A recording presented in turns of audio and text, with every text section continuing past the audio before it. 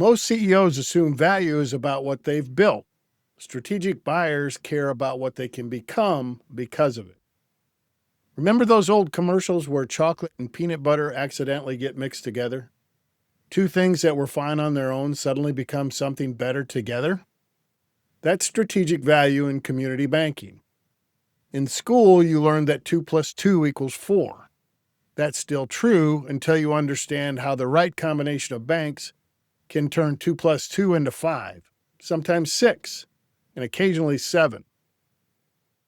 Today, I'm going to show you how that works, and more importantly, how to recognize when your bank might be the missing piece in someone else's equation. And before you think this is about M&A or preparing to sell, it's not. This is about understanding how strategic value actually gets created in community banking.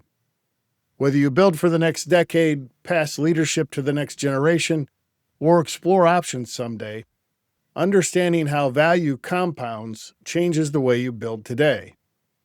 I'm Knutson. I founded and led a community bank as CEO and chairman, and I've lived through the strategic decisions you face: raising capital, building a strong shareholder base, developing talent, and growing a bank customers proudly call their bank.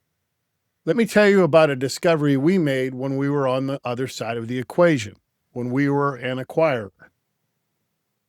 We spent years building bank acquisition models. We ran call reports, created top 10 lists, refined our criteria. We knew exactly what we were looking for.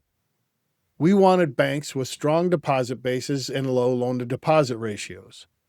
That led us to rural markets where growth had slowed, not because the banks were weak, but because demographics had shifted. The kids had left for opportunities elsewhere. The parents were still there with the deposits. Management teams at those banks were often aging. Succession planning was becoming a real concern. Meanwhile, we were operating in a fast-growing metropolitan market with strong loan demand. We had a younger management team. We were adept in technology. In exchange for deposits, we could provide growth, succession, and infrastructure. On paper, it was a perfect 2 plus 2 equals 5 combination. Then COVID hit. Everything stopped. When our board finally revisited M&A, the conversation shifted.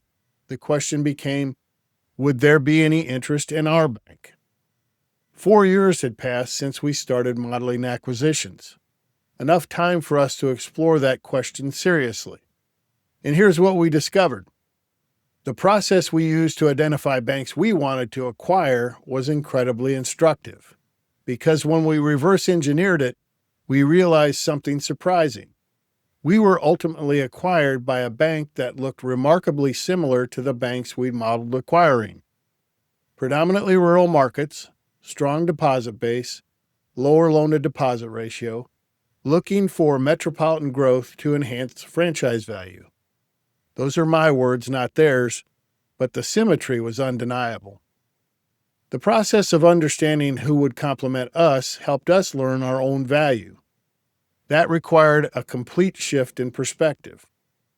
Once you understand that combinations can create value greater than the sum of the parts, the next question becomes, what creates that extra value?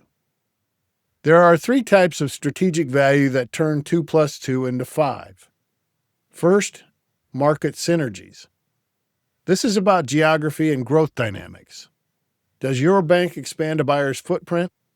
Does it strengthen their market? And here's what many bank CEOs miss. Faster growth isn't always more valuable. To a fast-growing bank trying to fund loan demand, a slower growth market rich in stable deposits can be extremely attractive. If you're in a metropolitan market, you might be exactly what a rural bank needs. If you're in a stable rural market, you might be exactly what a growth bank needs. Your market position isn't a liability. It may be someone else's strategic asset. Second, product and capability synergies. This is about what each bank can do the other can't. Maybe one bank has deep commercial real estate expertise. The other excels in residential lending. Maybe one has sophisticated treasury management. The other has a strong small business base that needs those services. In our case, we had younger leadership and strong internal IT capabilities. The banks we were evaluating needed succession and technology infrastructure. What you see as a limitation, a strategic buyer may see as an opportunity. The third and most valuable synergy is cultural and talent alignment. Buyers who pay premiums aren't looking to destroy what you built, they're looking to amplify it. Does the combination strengthen leadership depth? Does it solve succession challenges? Do the cultures complement each other? A rural bank with deep customer relationships isn't valuable despite slower growth. It's valuable because those relationships can't be replicated quickly. Trust takes decades to build. Now let me show you how this math actually works in practice. On our side, we were in a fast-growing metropolitan market with high loan demand. Our loan-to-deposit ratio reflected that. We were maxed out on our FHLB line and holding bonds with unrealized losses. But we also had a younger management team, averaging under 40, excluding me and our president, and strong internal technology capabilities. On their side, rural markets, stable deposits, low loan-to-deposit ratios, aging management, and deep community trust. The combination eliminated our funding constraints, enhanced their growth profile, solved succession issues, and strengthened franchise value. Neither bank could achieve that alone. Combined, 2 plus 2 equaled 5. And when it was our turn, the acquiring bank was looking at the same equation from their side. That's strategic value. This isn't about deciding to sell, it's about understanding your strategic position. When you understand how strategic value is created, you make decisions differently about leadership, about markets, about technology, about what to build deliberately, whether you ever combine with another bank or not. Optionality comes from clarity. And strategic value isn't static. Timing matters. That's what we'll talk about next. The strategic window.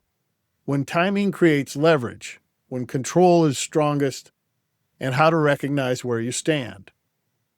If you'd like a clearer sense of how positioned your bank is today, I've created the Community Bank Value Strategic Readiness Score.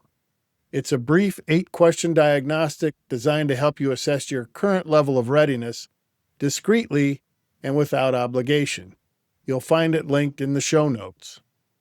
And remember, the best decisions come from knowing all your options.